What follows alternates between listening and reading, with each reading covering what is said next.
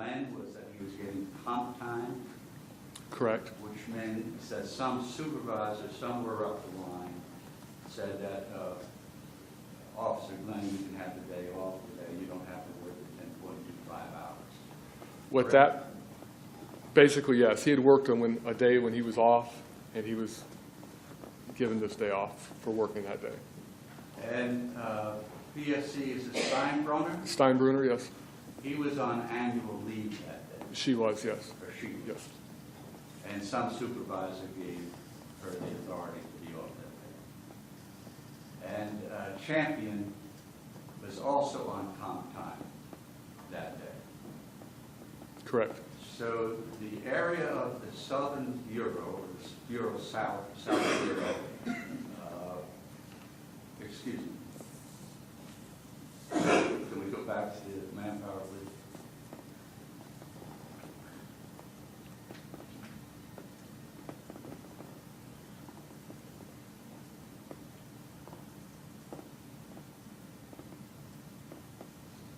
So in terms of manpower, in terms of the work bees, if you will, the people who are on the street having those interaction, 305 were given permissive leave that day. Yes.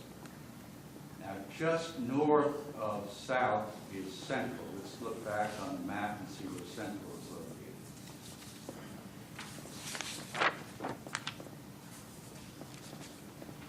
So it touches South, except for Central number 8. So 8, 4, and 5 are contiguous with South.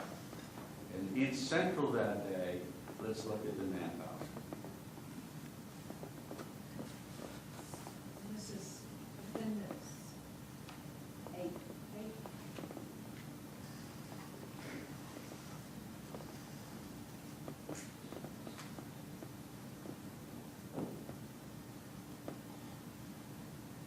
Now, in Central, assigned manpower would have been a sergeant by the name of Webb, Yes.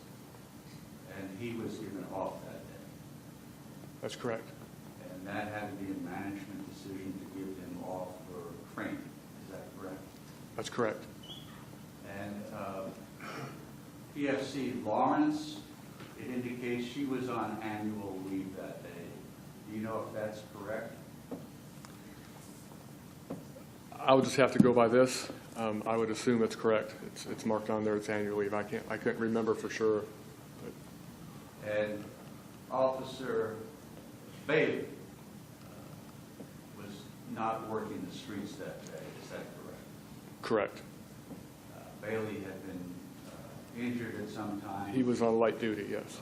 Light duty for workers' compensation. Freer was on sick leave, had been on sick leave most of the past year before this incident. He'd been on sick leave for a while, yes. So no surprises in terms of anybody calling in that morning. These were absentees of long standing. Yes, we were aware of them. And then, one thing we haven't heard about, at least the jury hasn't heard about earlier, where it says Central CSO. CSO, what does that stand for? That stands for a community service officer. They're not police officers. They're just, they drive pickup trucks and they flat tires or parking lot accidents. They can work that. Calls that don't involve any violence, they can take shoplifting calls if there's no suspect. Things that are, they don't have power to arrest or anything like that. So any non-arrest calls usually they can take. And they can do more ministerial type work that doesn't require a badge and the power to arrest. Correct. Included in that, if they do accident reports, If it's on private property, yes. they can do transport. No, they don't do transport, no. So could they like pick up equipment and move it from one location to another? They could, sure. Could they move evidence from one location to another? No, I don't believe they do evidence, no. Could they pick up an iPad? for a report. If somebody called from Baltimore and said that they left their iPad. There's certain calls that they can do and they can't do. Now, in terms of assignments, Lieutenant, on that morning,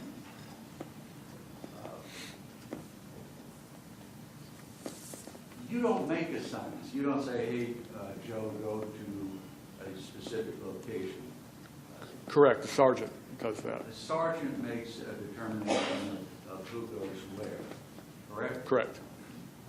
But also the consolidated dispatch, they have a roster who's working that day, and they make assignments. Yes, they get this sheet every day. Yes. And so it's not a street decision. It's not what's going on at the moment that the police officer, the police sergeant makes that determination. It's made from a windowless building, if you will. As far as dispatching the calls? Yes. Yes, that's correct. And the calls that were dispatched to the officers who were working that morning, in terms of Habersham and Baines, were made not by a sergeant, not by a lieutenant, but by consolidated dispatch. Correct. And you're familiar that Habersham was going to pick up a bench warrant, I am. and that Baines was unavailable because he had picked up an iPad. Yes, I'm aware of that. And it was an iPad that was not stolen, wasn't lost, it was accommodating tourists to locate an iPad that the tourists had left in a rental car. Correct? Correct. And certainly he could, if he was assigned to do that, he could have kept it in a secure unit. There was no need to bring it to City Hall until the end of the day.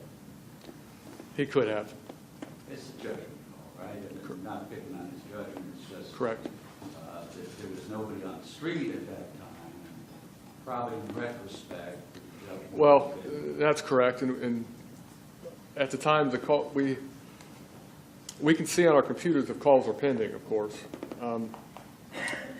And when she dispatches the calls, she dispatches what we have available for the calls we have available. And we can't sit around and just wait for the bad stuff to happen and not dispatch if we have available officers to, you know what I'm saying.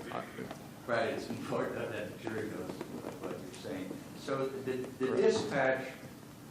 dispatches officers based on the necessity of the moment. Correct. And in that person's mind, the necessity of the moment was picking up an iPad, and the necessity of the moment was to pick up the bench warrant. Correct. Knowing that Slager was the only officer on the street. Yes. Now, are you familiar with the issues involving the captain who was over you? Captain Joe Stevens was your boss. Correct. And were you familiar with the emails that he sent out to you and to the sergeants and to the patrolmen in terms of being more proactive? Yes. And the encouragement, I know there's been a lot of debate about quota systems. And, perhaps the terminology is what gets us in the way, but police officers were encouraged to make both traffic stops and interdiction of pedestrians. Is that correct? Correct. And that was something that came down from top management, and people who were patrolmen at that level, on the first level with the interaction, were encouraged, in fact instructed, to make those contacts. They were encouraged, yes. And in fact, the ones that didn't do it were accused of hiding under a shady tree. That was the terminology that was used. I'm not familiar with that. Certainly, I didn't get that, but I do know it. Captain Joe Stevens. Yes. And he was reporting the pressure that he was getting from over him, going up to the chief of police, for stops, for frequent stops, because that's what was considered community policing in North Charleston at the time. Correct. That's correct. And the idea was to stop vehicles or stop people on the street in order to tamp down the violent crime that was going on. Correct. Is that correct? That's correct. Now, knowing the shortage of personnel at 9:30 that morning, the 50% patrolmen in Central, the 60% in South who were absent at that time, and the 100% of supervision that was absent that time in Central. Do you know where the sergeant was at the time that Mr. Scott was stopped in supervising the patrolmen who were on the street? Sergeant Gann, or are you asking me if I? Yes. Was Sergeant Gann responsible for Central that morning? He was, yes, sir. And there was also another sergeant who was responsible for supervision. Yes. So the bureau in the middle, Central, had no supervision. They had 50% officers. The sergeant in the South Bureau was working with only 2 out of 5 officers. And then there was a sergeant in the North Bureau who was working, also who had a shortage of officers that day. Correct, yes. And if we could look at, North, please. 9.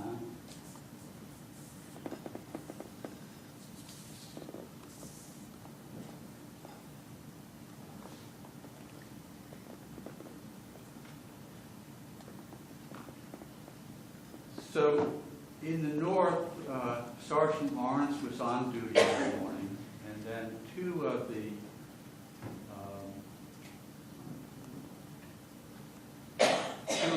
officers assigned to that area,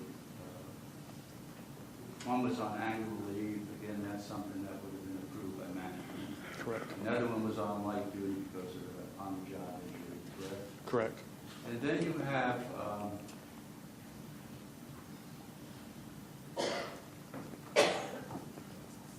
two officers who were doubled with their training officers.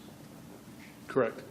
So of the officers who were working that morning, they also had the distraction or the supervision of 2 rookies who were still within their training. They were still in the FTO phase, yes.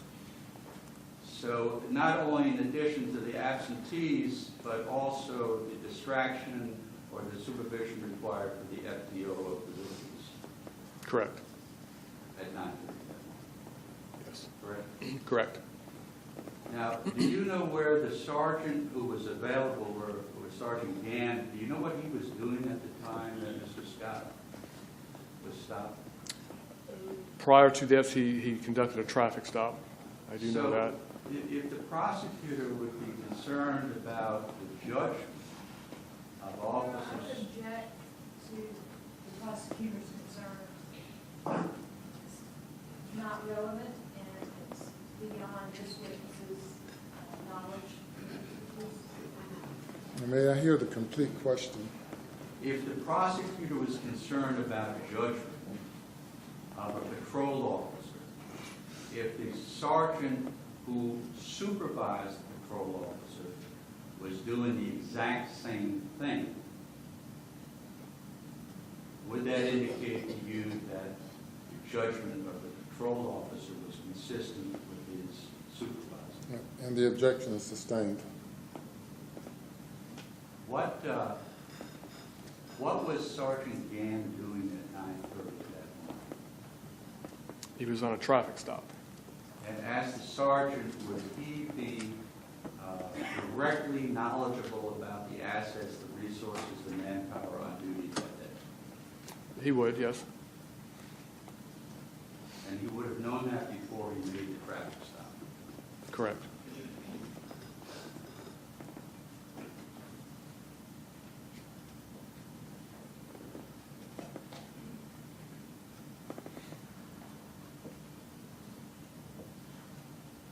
Thank you, court's indulgence.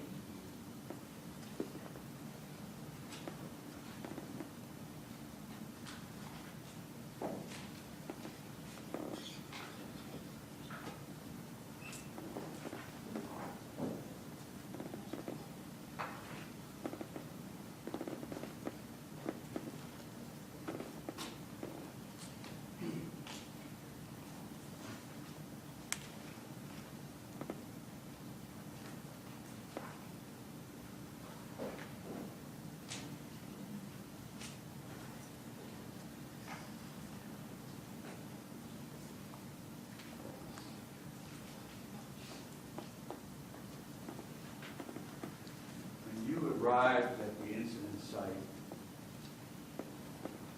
you parked on Craig Street. You walked down Yellow Brick Road.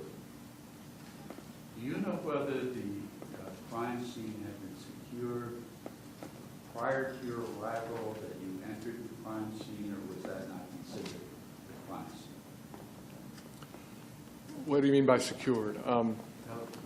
To maintain, At the time I got there, we had no, I don't believe there's crime scene tape up or anything to, let me go through a series of questions with you with respect to what a crime scene is in the real world. So is it fair to say that a location, a geographical location where an incident happens, criminal or non-criminal, an incident that's investigated by the police department, there's typically a secure area defined by yellow tape that prohibits civilians from entering that area without justifiable reasons? yes, correct. And that morning of April 4th, was a crime scene identified before you got there? No, And on Craig Street particularly, that's a thoroughfare, is it not? yes, And pedestrians, bicyclists, motorcyclists, and vehicles would have been going up and down prior to the time it could be secured. yes, And one of the first things you did was to order the security of the crime scene. yes, And that was carried out by others putting up crime scene tape, put up a warning, hey, don't enter, is that correct? right, correct. And with respect to the crime scene, even those who were given permission or have a need to be in the crime scene allowed to skip. That's correct. And the reason for that, for the benefit of the jury, is to preserve evidentiary value, That's correct. so that matters of evidence that are there are secured. Yes, That was done. yes. And who determined at that time what the crime scene was? Gosh, In other words, the areas that were secured. just officers on the scene at that time. It wasn't until later on that the State Law Enforcement Division had responsibility for identifying the crime scene. Correct. Now, with respect to your interaction with Mr. Slager that morning, you spoke to him, as you said. Yes, You spoke to him with the knowledge that you had from your experience. You spoke to him with the knowledge you had from your training, including that at the Criminal Justice Academy, and what was called Ames training, or the annual training by North Charleston. And in that training, everyone is taught that there's visual and auditory disruption in a traumatic event. Isn't that correct? correct, yes. So that you did not expect or anticipate, when you asked him how he was doing and what happened, that every finite detail would be presented, because based on the training at the Criminal Justice Academy and by your department and the policy and procedures of your department, you know that's not possible. Correct. So to sit here 18 months later and analyze someone's statement in the calmness of this courtroom with reflection and thoughtfulness is not the same as seeing somebody who's under the influence of just having been involved in death or something. Is that correct? That's correct. And when you saw Officer Slager that morning, he didn't look at all like he does now, sitting at the table, or any time in the past 18 months. He was, in your words, in shock.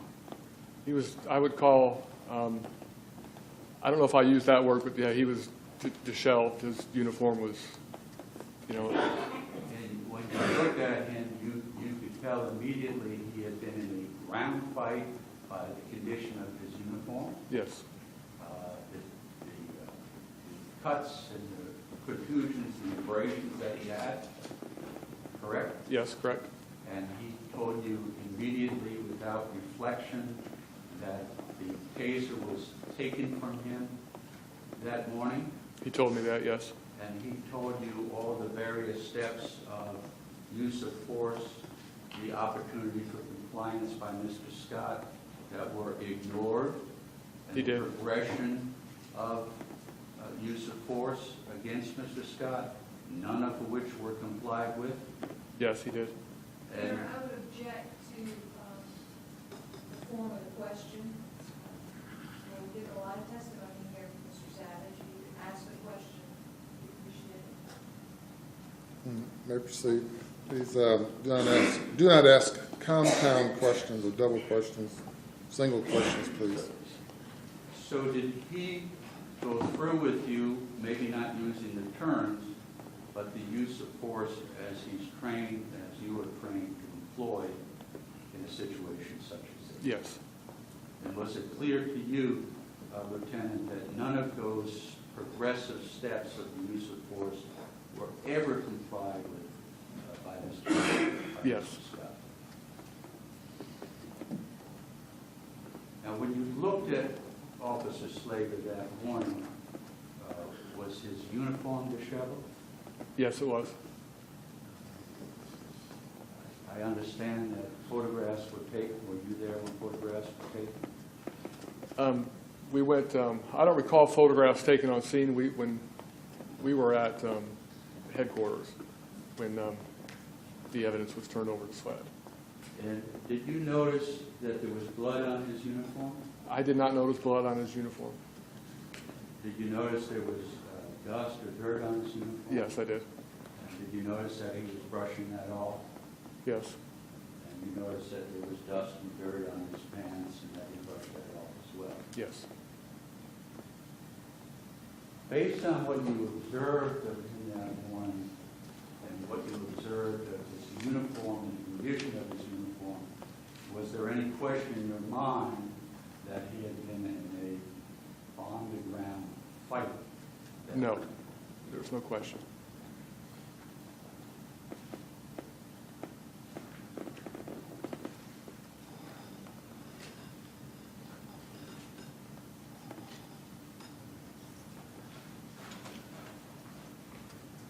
And No question in your mind that there had been a, quote, fight. Correct. But he never told you he was kicked, He didn't. never told you he was punched, No. never told you he was bitten, No. never told you he was spit on. No. And you've seen the video, I have. and you've seen Officer Slager on that video. Yes. Radio still attached. I couldn't make that out. I don't know. Could you make out that his buttons were still buttoned or his shirt was still zipped? I Couldn't couldn't make that out? I couldn't. Could you make out that his shirt was not untucked in that video? No. Could you make out that his earpiece or the thing that goes on the back, the mic, was still on? I didn't notice his earpiece. Did you notice, that he had on his firearm or a firearm? Yes. You noticed that he still had on his belt. Yes. You noticed that he still had on his radio, Mm-hmm. still had on his microphone. I don't know. I don't recall the microphone, no.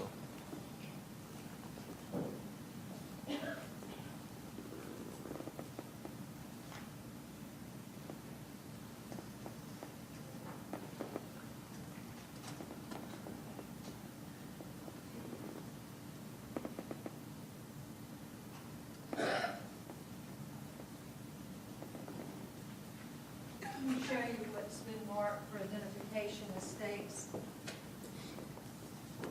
208, Okay. you recognize that? Yes.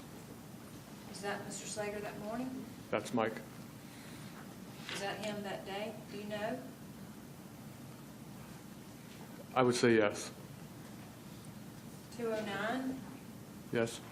that's Michael. Officer Slager? Yes. From the back? Yes. And you saw the injuries on Mr. Slager's knees, Mm-hmm. Yes. 213 and 218? Yes. Were those his knees that morning? They appear to be Michael's knees, yes. Your Honor, read off for states 208, 209, 213, and 218. Any objections?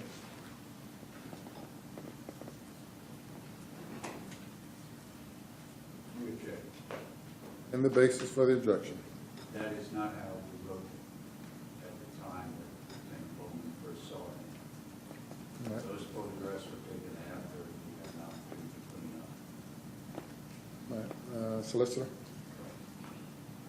Response? We'll withdraw the offer to introduce him. The witness has identified him. We'll lay the foundation with another witness, that's fine. All right. If we could pull up Santana video, which is State's Exhibit 237.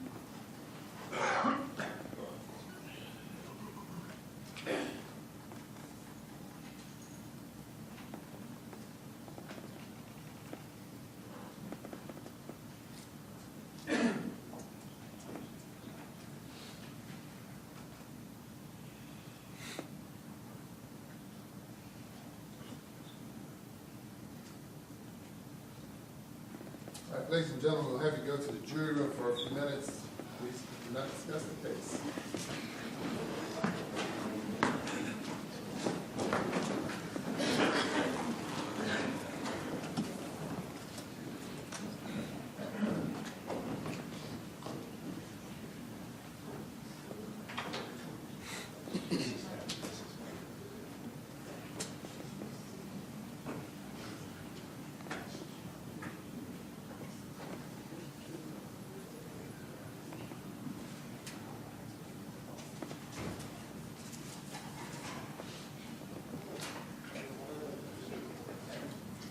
Sir, you may step down. Please do not discuss your testimony during the recess. The jury requested a break. We'll take 10 minutes. Thank you, Your Honor.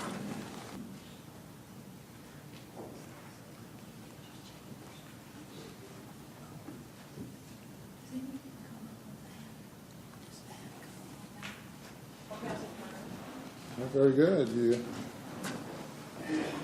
may proceed. Thank you, Your Honor.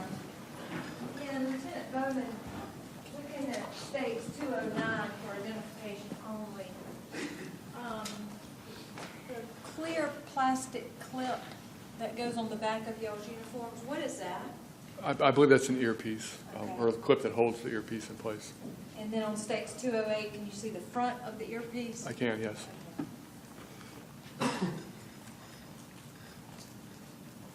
And you mentioned that you had seen the video for this case before, and I'll ask you to look on the screen behind you. This has already been introduced into evidence. You recognize Officer Slager and Officer Haversham. Yes.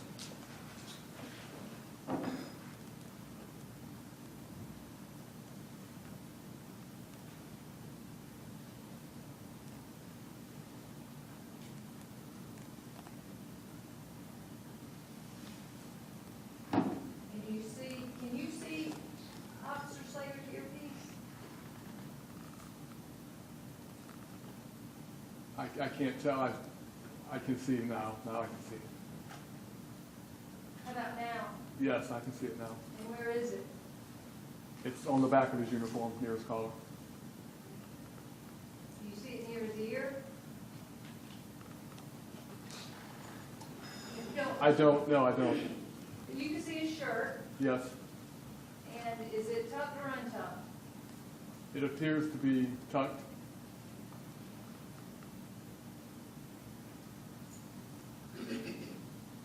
And you can see his belt there?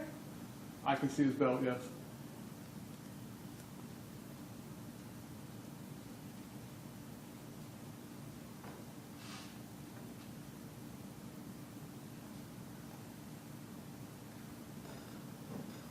And where are handcuffs kept? Handcuffs are kept in that pouch on the back. In the back? Yes.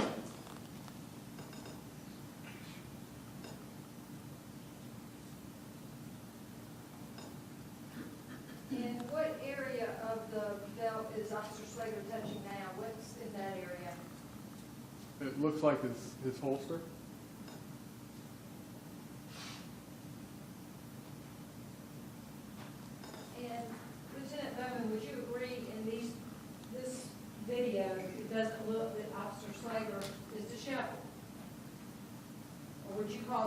gentleman? Well, I can't see the front of his uniform. It's not untucked, if that's what you're asking. It's not untucked.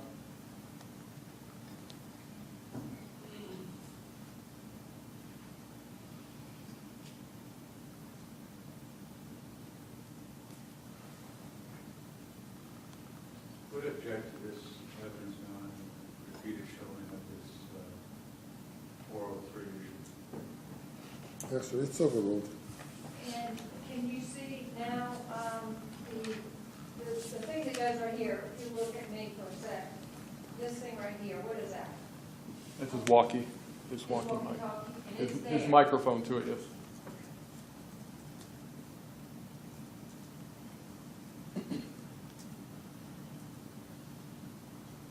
Now, Lieutenant Bowman, you mentioned that, I believe on the cross, that crime is unpredictable.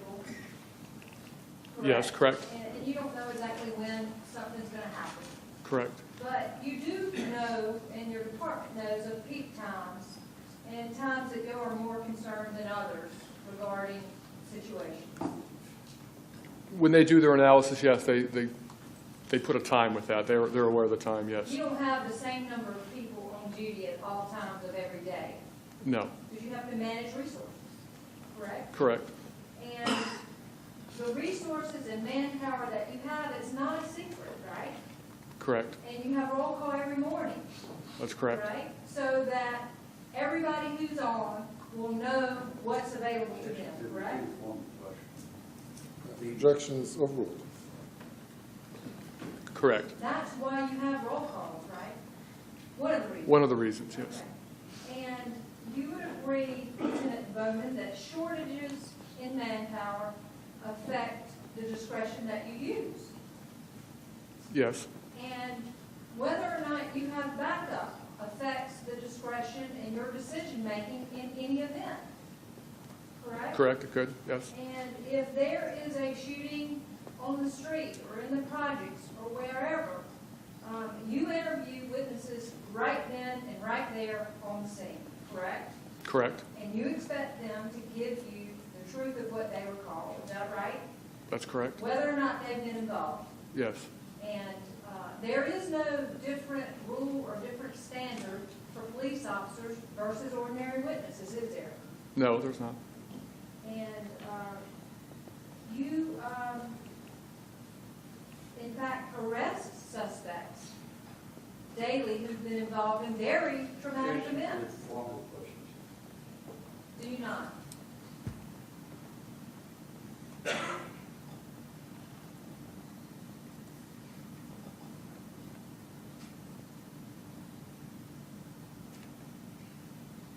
You may answer.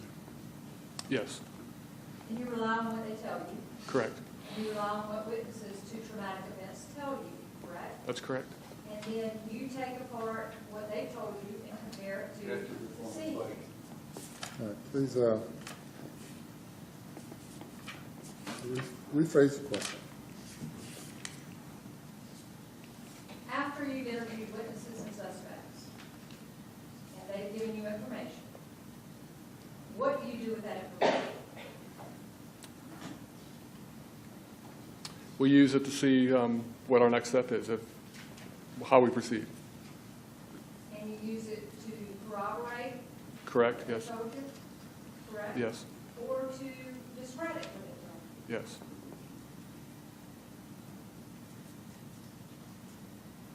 That's all I have, Your Honor.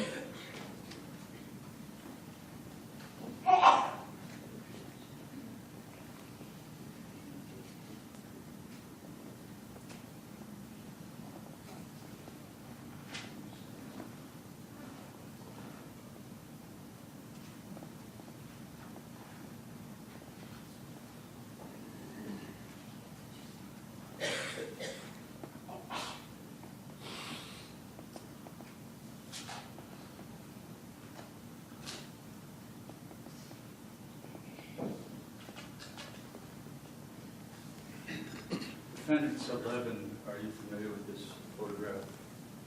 Yes, I am. Now that we offer this into evidence at this time,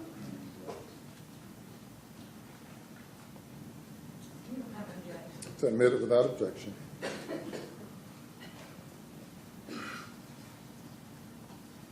You mind stepping down? No. Stepping down?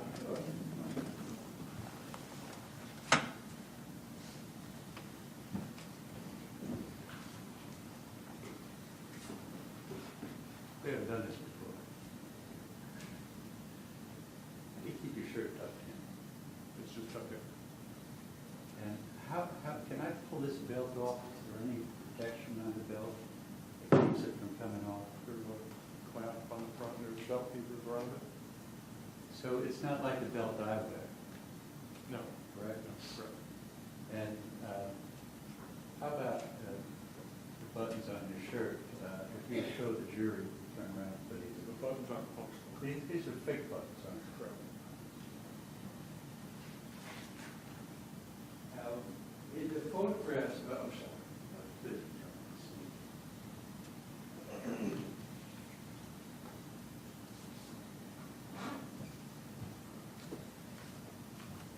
With reference to defendant's 11,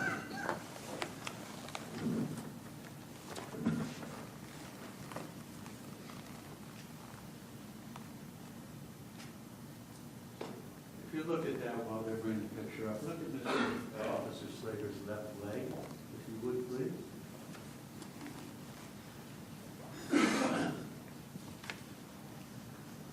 Do you know what that strap is on his left leg? Yes, I do. And do police officers generally wear those? Some do, yes. I personally don't, but some wear them, yes. And what again is the level of force, the continuum of force number 1? Is what? Presence? Presence, yes. And that would include the uniform? Correct. And what is the purpose of what's on his left leg in terms of the continuum of force and presence? That's a strap that connects to his shirt tails and holds it down. So that his shirt tail is held down as a result of wearing those straps. Correct. Is that correct? That's correct. Now, tell us, in that photograph, is that you, the photograph? It is. And is that a bottle of Purell in the trunk of the car? Alcohol gel, yes. And was that used to clean up Mr. Slager? It was, yes. And that was before the photographs were taken? I'm not sure of the time frame of the photographs. In any I believe event- so, but I'm not sure 100%. Okay, in any event, Mr. Slager, on scene, cleaned off his uniform and cleaned off the injuries he had sustained. Is that correct? That's correct. Now, the earpiece he was wearing that day, is that like somebody who would be listening to music kind of earpieces? It's a little different. I don't personally, I've never worn one, but it's not just like an earbud that sticks in, no. It's molded to the ear, is that correct? They can be, yes, yes. On the photograph of State's Exhibit 208, have you seen this? Did they show you this photograph? They did, yes. Is that it? You objected. But they showed you this evidence, correct? Correct.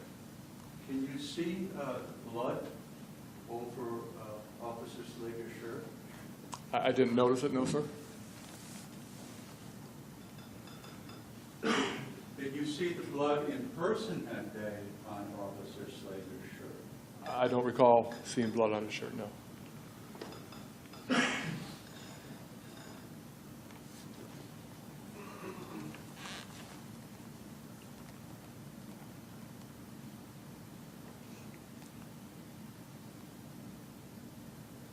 The equipment that Officer Slager was wearing that day, do you know how much it weighs in total?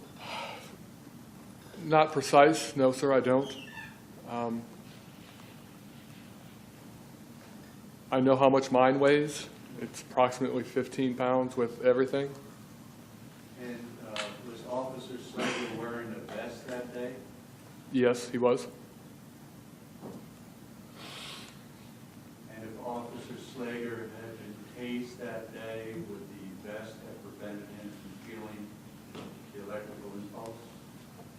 I've never been tased with a vest on. I would assume so, but I don't know for sure.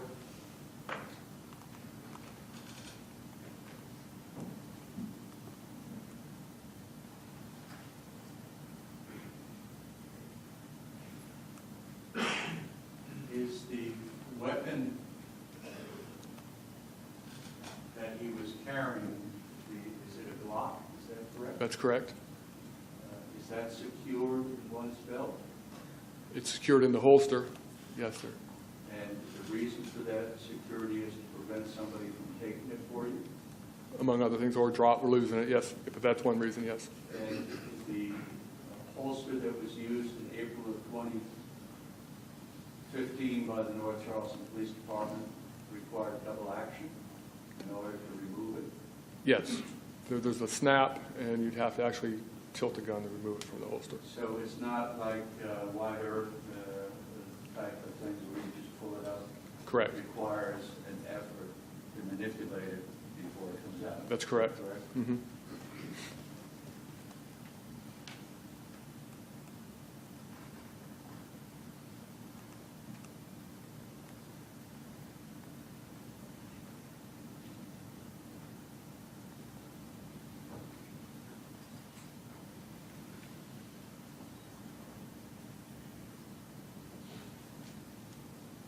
Thank you. Can I step down, sir? They introduced an exhibit, and I would have some questions about. Pardon? They introduced an exhibit, and I allowed to have questions regarding that exhibit. You've had read that one